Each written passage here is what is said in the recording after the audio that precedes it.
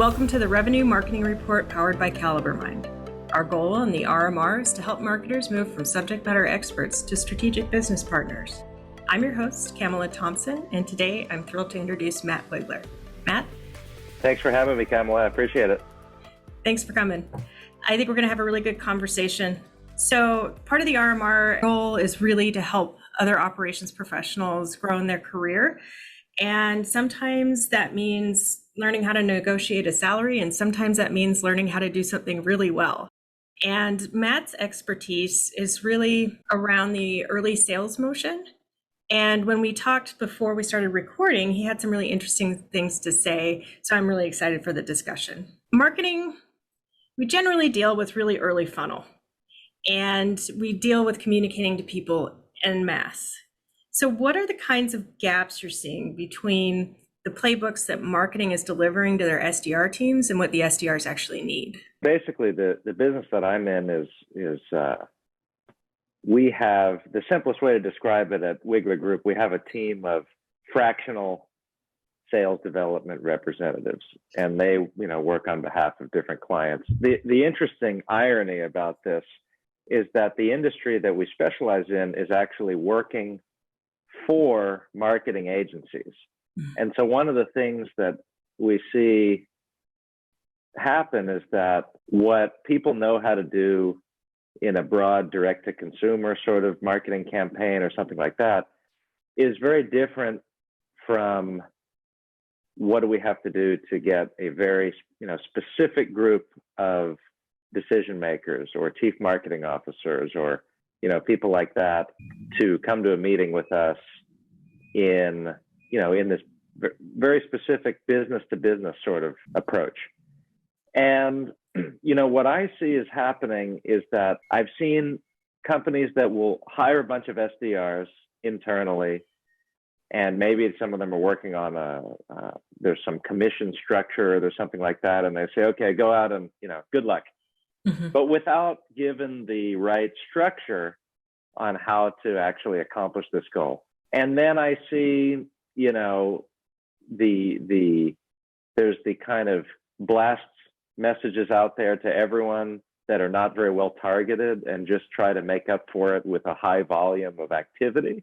And that doesn't really work either. So, what I'm seeing is that basically when you're doing something which is high ticket business to business, I don't see much of a distinction between the top of the funnel marketing and what an SDR is going to be doing in the beginning of the process, because really when you've identified your target market, which is something that I think a lot of people need to realize, the first step before you go out and start spending money, hiring people, paying for advertising, whether it's digital or whatever else, what's your definition of the target market? What's your hypothesis about the pain point that you resolve? And then there's a third thing here, which is what's your hypothesis about how can I say it to these people in such a way that it'll actually get them interested? And then if you've got all of that as the foundation, then you've got to do brand awareness. You've got to do awareness, create awareness, which is what you're talking about in marketing. It's in a lot of cases what our business development representatives are doing on behalf of the clients, who may or may not have their own marketing campaigns, digital or things like that running alongside. But what I see is, first, you've got to make sure that the foundation is set properly with the right people in your target market and create that awareness. And to answer your question most directly, to me, what I think is the disconnect between marketing and sales in this case is the salespeople tend to joke about, well, they're getting leads from marketing, but if they're not qualified, then what's the point? And if they're not qualified, then, perhaps this foundational work of creating those definitions of who's in the target market, either wasn't done or wasn't done with the level of care that it needed to be, or sometimes the hypothesis turns out to be wrong and you need to run various iterations of the experiment until you can figure out how to get those variables to work together properly. Yeah, and I've worked with a lot of executives who've been involved in closing deals. So they get a very specific idea of the type of targets that they should be reaching. What they're not always taking into consideration is who the champion is and who's getting them in the door. Yeah. So I think it's really, exactly like you said, it's really important to not only profile who you're closing your deals with, but who you're getting in the door with. Yep. And then if you don't have enough foundational data to do that, there are a lot of great research groups out there who can do user groups and a lot of other things that I really strongly believe in. Like if you don't have foundational data, there's other ways to figure it out. Yep. And then I've also always believed that awareness activity running in conjunction is so important. Like you mentioned, some people not running digital ads in conjunction. And I imagine, in my mind, this is true, but tell me if I'm wrong. I think it's a bit easier for SDRs if people have heard of the company before and have heard positive things. Well, of course. I mean, yeah. Basically, we've seen this. So we've seen that the clients that we've worked for that have some brand recognition, whether they're very well known in the local community, something like that, much easier. Because then you call and people say, oh, well, that's interesting. I've heard of you. Mm-hmm. But, the thing is, most companies, and I'm very much in, like in B2B, right? So most companies do not have this. Yeah. Unless they're really big and have been around for a long time, right? But most companies, even if the company is making money and is successful and all that, but most companies that we work with, we define a target market, we do a whole bunch of research, and we say, okay, you've said that you're looking for this type of company, this type of industry, these type of decision makers, so on and so forth. And then we say, okay, here's all the people that we found that fit that criteria. How many of these people do you think have heard of you? Mm-hmm. And 99% of the people on that list haven't heard of, generally speaking, right, of the company. And it makes it very difficult as an unknown quantity to go and directly get them interested in coming to a sales meeting. Sometimes it does happen if the messaging is dialed in really, really well, which, we can talk about. But I would love to talk about. Yeah. The awareness is the first step. And so one of the things that I see happening is, and I'm sure you've seen this, with the clients that you work with too. I mean, understandably, people can be impatient. They want to get the results right away, but what happens is until you've created some level of awareness in that community that you're targeting, it's going to take a while to start to get people calling you back and picking up the phone when you call and responding to your emails. And that, that's the first step in this is making sure that those people that you've defined that need to know about you really know about you. Yeah. Yeah. So assuming the client you're working with has done their homework, they know their targets, they know the pain points, ideally, what kind of assets, materials are they equipping your team with? Well, so I'll tell you what we look for, which would set us up for a high probability of being successful. And both what works for ourselves to get customers to a sales meeting with us, and we do the same thing for ourselves that we provide as a service. We're looking for the customer needs to work they could work across various industries. If they're a big company, maybe they have divisions or whatever. But each thing that gets pitched needs to be laser specific. Mm-hmm. So what I see is, okay, we've worked with clients that were kind of generalists where they'll say we could do anything and everything. We have so many capabilities. We have many years of experience. That's fine, but it makes it a lot more difficult to get people interested. The clients that say, if you want to go after these type of consumers that live in this region, that speak this language, that are this age and blah, blah, blah. And we have a very unique specialty in doing exactly that just for companies like you. Mm-hmm. Those are the ones where the prospects reach out and they say, I'd like to learn more, because clearly you may have some knowledge or expertise about what I do my industry, which could be valuable. Whether they end up becoming a client or not, that's really, we hand it off to the client, and it could go either way. But at the very least, it significantly improves the rate of people getting interested. And so what I would say is, for people that are generalists or that do have a wide variety of different types of services that they can provide, the marketing material and the collateral and the messaging and all that we're looking to create together is create something which is unique for each one of those verticals. Don't just send out one generic thing to the whole world.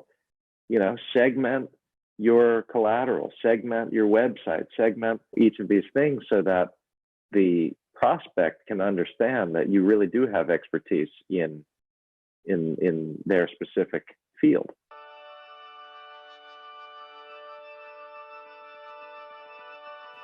There's an ugly rumor going around marketing land. Attribution was made up by crafty technology marketers. Fortunately, the truth is much less sinister. Attribution is still the best way to understand marketing's return on investment, but a lot of people get it very wrong.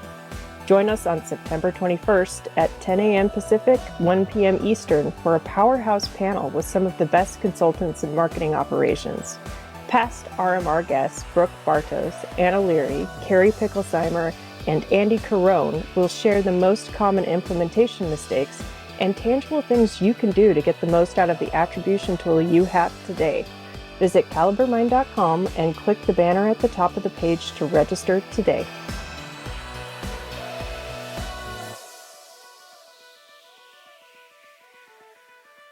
I think one of the things I see pretty often is that marketers in an awareness phase are really used to trying to provide value in terms of thought leadership, best practices, anything that can hook people in.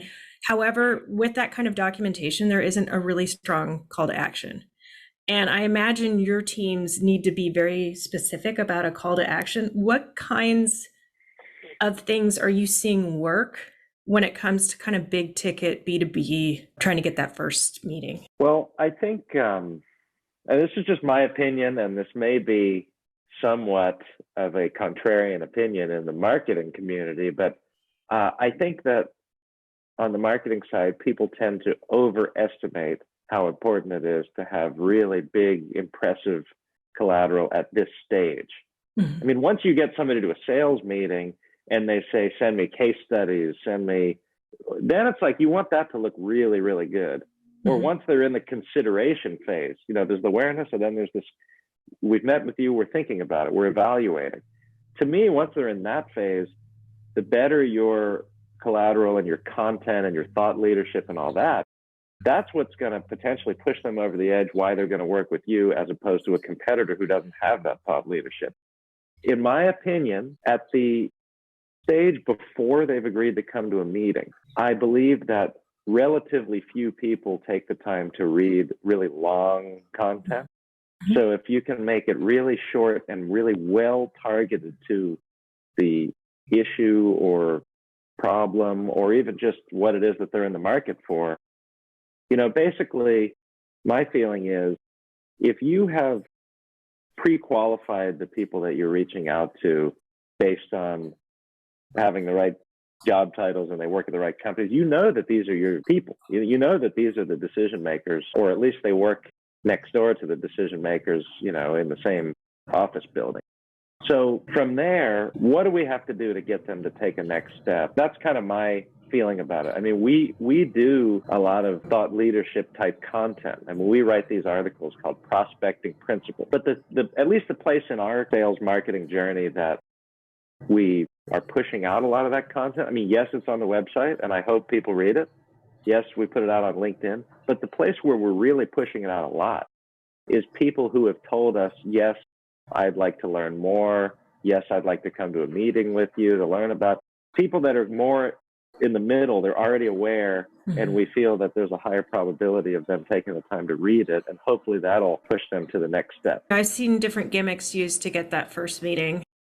I will tell you, I am a sucker for a cup of coffee. Like, if somebody offers to buy me coffee, I will listen to their tech pitch more often than not. What are Yeah. the kind of tactics like that you're seeing that do work in the market? Basically, I mean, we're kind of old fashioned in the sense that, we're trying to build relationships with people and get the alignment just right in our research and in our messaging and outreach. And then when they show up to the meeting, the experience that our clients look for is this person really qualified, and are they come to the meeting for the right reasons? I mean, I'll tell you a story, and I won't name the company, but they've been spending a lot of money on this campaign, so some people may recognize this. But I had somebody reach out to me a few months ago, and they said, come to a sales meeting with me, to a, introductory sales meeting with me, and I'll send you a pair of Beats headphones in the mail.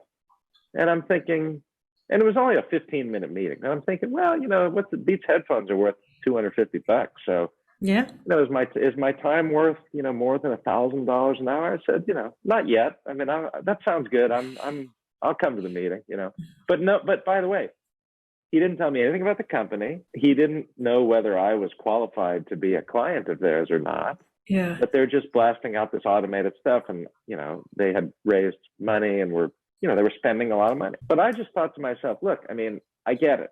Our clients pay more than $250 for a meeting, because when we have all these people working for us, and we have a lot of technology that we license to do the work, and when you average it out, when you divide the annual budget divided by how many meetings occur, it's more than $250. But in our case, we've got clients that are going for multi-million-dollar deals that may last for, they may be retained for 20 years or so. So it's just a different sort of thing. We're, we don't have to get the cost per meeting to be $200 to have the return on investment calculation work. But my point about the gimmicks is, if somebody's qualified and they've done their research and they really do want to meet with me, I would be a sucker too. If somebody said, I'll take you out to lunch, we'll get to know each other, and maybe there's something that, I would go if it was, potentially a good fit. But my opinion about the gimmicky stuff, we'll send you a gift. We don't do any of that because it doesn't create the right alignment. Because imagine, I showed up at this meeting with the sales guy, and I told him, I said, I'm in a similar business to the job that you're doing, booking sales meetings. And my full transparency disclosure for you is, I don't really think I'm qualified, but your marketing team made an offer and I decided to take it. And now my wife is very happy with those headphones. She's using them. Yeah. So. Yeah, no, that's an expensive, that's the thing. So I appreciate the direct mail platforms that give the functionality for the salesperson to decide when that's a good fit. I don't think we're not at the point where AI software listening to phone calls is going to be able to pick out the people who are a good fit. We're getting there, but it's going to be a while. I think there needs to be some human discretion there, or you're going to run a really expensive campaign. Absolutely. And have a lot of happy spouses with headphones. Right, exactly. No, I mean, I think a lot of what this boils down to, in my view, is common sense. And really what I mean by common sense is really take the time to imagine yourself in the shoes of the prospect, in the shoes of the person receiving this communication. And it helps if you know a thing or two about what it's like to be in their industry or in their business or whatever, but it doesn't necessarily have to be that way. You can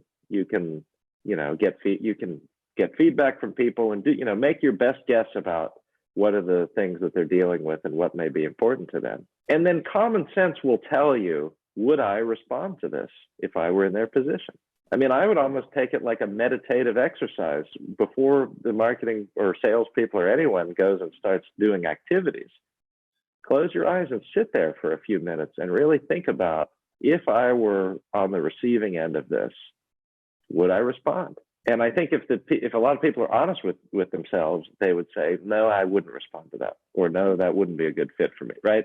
So whether you use technology to help automate that process and do it at a higher volume than what people could do manually, great. Of course, that's amazing. I mean, we use a very good email automation platform, but because our targeting is so tightly defined. Sometimes there's only a couple of hundred people in each of these campaigns. Yep. And we know that they all work for, the same type of company, the same type of region, whatever those qualifiers are. And so when they receive the message, it's like, yes, this actually was intended for me. And it was, because we looked at everybody one by one and made sure that the foundation was set correctly. Now we can let automation, rather than somebody having to hand type 200 emails every day, you could let automation do that, but only if the foundation has been set correctly. Marketing departments that manage the SDR function, outreach, tools like that are giving us a lot of good information about what's working and what isn't. I think not everybody knows what data correlates to which points. So like open rates are generally tied to your subject line, click-through rates, your copy. And those are all important stats, but we can miss the big picture if we're not getting qualitative feedback from the sales team. So what are the kinds of questions that marketers really should be asking their SDR team once they roll out a playbook? Well, I think this is where the higher the level of collaboration, the better, because the salespeople and ultimately ultimately the CEO is not going to care about the open rates and the click rates if they're not making any money, right? So the marketers have to see the big picture on this, which is if the open rates and the metrics are great and we feel like we're getting awareness, and the salespeople are coming back and saying, wow, 90% of the meetings that I'm getting are super qualified, it's going so well. Okay, well, now you're doing a great job. But the situation where, and we have the same thing, this is the same thing that the clients tell us, because it's also kind of common sense. Sometimes the open rates are amazing and we feel like the awareness is going great, but if the people are not showing up onto those sales meetings with the right type of alignment, then I don't know, how much does it really matter? I mean, in my business, look, I mean, our target market is owners of marketing agencies or a little bit larger businesses. It could be the top it could be a CMO or a vice president of sales at a larger company. But basically, those are the only people that I want to know about our company. I don't really care if somebody walking down the street has heard of us, because we're in B2B, right? So I think they've got to collaborate between marketing and sales, and the marketing, I think, should, make sure that they're taking on the responsibility of saying, yeah, we know that we need to produce a certain level of qualification in order for this whole thing to make sense. Yeah, and I think you bring up a super good point where open rates and click-through rates do matter to the extent that is your message resonating, but then you need to take it a step further. What ultimately matters is revenue generation. A cost per lead, sure, but if you're not generating revenue and the message is resonating, you're still using the wrong message, right? Absolutely. Well, and you're either using the wrong message or you're sending it to the wrong person. I mean, the way that we call that when we onboard a new client, we say we're going to do an exercise. It's called what we say and who we say it to, and it's two variables, like two gears or dials, that you have to put them at exactly the right alignment, such that it produces the result that you want. And if either one of those is just slightly off, that's why this marketing stuff is challenging, right? Because if any of these variables are just a little bit off, then you don't get the result. Maybe you have the perfect target market, but you're using some terminology or jargon or words that aren't really the same words that those people would use to describe their situation, right? I mean, there's all of these interesting, I'm thinking of an anecdote here. I mean, for example, the marketing agencies like to use the terminology, categories. What are the categories where you specialize? Whereas maybe in some other types of businesses, that would be verticals or industries or just something like that, like a little jargon thing, right? And so when we do an A/B test, if we send out a message that says verticals or industries, it does not perform as well as when we call that same thing categories. It means the same thing, but I don't know, we found that the people that are in our target market like to use the word categories. You know, multiply that times anybody out there. It's like, think about that little level of detail from the perspective of the people that are receiving the message. Yeah, I think that's why it's so important to actually talk to the people that you're, Right. Well, and as marketers, maybe that's listen. So if we can get recordings, hear how people are actually talking on the prospect side about the terms, that's magic, because it's so hard to go into SEO and figure out how people are searching for you on the web without any kind of direction given to them. You can go to the Answer the Public, that's super helpful. But unless you're actually talking to people and hearing those conversations, it's really hard to pick up on the language. And language, like you said, absolutely matters. Yep. Oh, that's great advice. Yeah, absolutely. And the little minute distinctions between one word and another make a huge difference. And I agree with you, you know, no matter how much technology or AI or whatever comes out, businesses are groups of people that are getting together and trying to do something as a team. Sometimes they're small groups, sometimes they're groups of thousands of people. But at the end of the day, if you're selling something to a business, you're going to have to get a relationship going with some people that work at that business.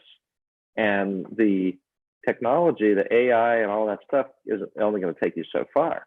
I mean, what I see, like I said, it can facilitate going faster. And, you know, there's certain things, like I was talking about these emails, that the computer can insert first name here a lot faster than a person can, and for a lot lower cost. That's great. But eventually, you know, it all comes back to this common sense stuff, which is, you know, you're going to have to talk to people. Yeah. Matt, thank you. This has been great. Where can people find you online? So they can connect with me on LinkedIn, Matt Wigler, and the Wigler Group website is wiglergroup.com. And then I have a personal website that has some other stuff about me, mattwigler.com. Great. Wonderful. And for people looking for more content like this, check out calibermind.com.